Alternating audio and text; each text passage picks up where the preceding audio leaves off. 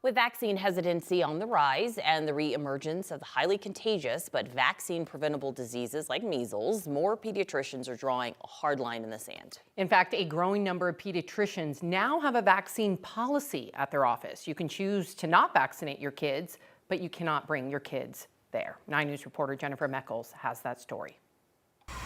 At his practice in Castle Rock, Dr. Michael Malobsky fields questions all day long from parents. If people have a question, happily answer the question, happily engage in a reasonable discussion around a question. But he says what used to be a productive conversation around vaccines, like this one. This is the MMR, and it has been so effective and safe. For a very long time, we had assumed it had eradicated measles in this country. Those conversations, he says, have really changed in the last several years. But I'm really not getting asked questions anymore. I'm usually just being told, we won't do this. I don't debate philosophy. Unfortunately, I don't have the time to debate vaccines with families. Years ago, Dr. Malobsky started a vaccine policy at his practice, joining a growing number of pediatricians who now require families to either agree to their vaccine recommendations or go find another doctor. The reason why is that when you're a pediatrician, you bear a heavy responsibility for everybody that walks into your office. And unvaccinated families, especially families that refuse vaccines like whooping cough and measles and chickenpox, can represent a dangerous threat to children who are young to be vaccinated, medically fragile patients who have significant medical complications, and for those reasons can't be vaccinated. Back in 2019, a survey published by JAMA found more than half of pediatricians in the U.S. already had a policy like this.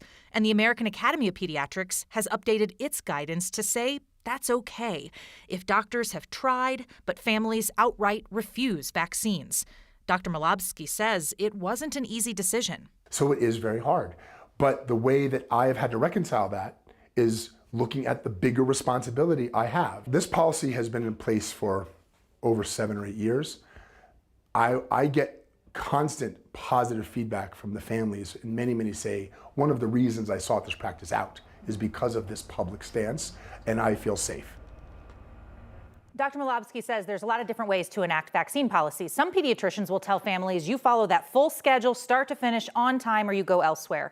He says for himself, it's a little more middle ground. He requires the shots that he says protect other kids in the waiting room, Tdap, MMR for measles, mumps, rubella, chickenpox, polio. But he said it's not as important for stuff like the annual flu or the COVID vaccines. He's a little looser on some of those kind of things. Basically stuff that would protect you versus the room is what he says. Now, the counter argument to all this is, well, families still need care for their kids, regardless of how they feel about vaccines. There's a lot of pressure points around that.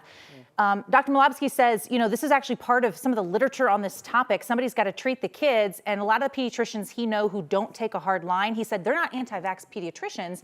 They're just more willing to keep trying the conversations over and over and over again. But it's tough. It's a business story, really, more than it is a philosophy story. But he says some businesses are just like, we can't be doing this anymore. We're moving on. For me, it's a family story, baby under 1 who cannot be vaccinated yet. Like, those are things that go through my mind. I'm like, should she go to the playground today? You don't know where you're going to be, and certainly in a doctor's office as well. I get it. Props to him. I do too, and just learning, and I appreciate, he wasn't antagonistic. He was saying, no, I got to protect everybody. And when we learned the other day from Dr. Coley that the measles stays in the air for 2 hours. That's crazy to think about. Every single patient in the next 2 hours that comes through those doors. So again, the philosophy of making sure that everybody is protected, I think is, in my opinion, as a mom, that's the type of practice I would want to go to. I had to shop for a pediatrician last year, had a baby too, and I was intrigued by how many had on their websites now. Really? This is like big on the website. If you're coming here, here's our policy. I guess I wasn't looking prior to the pandemic, but I'm curious how much that's changed, right? The advertisement of here's how we run our business. So it's just kind of interesting. Very. Thank you.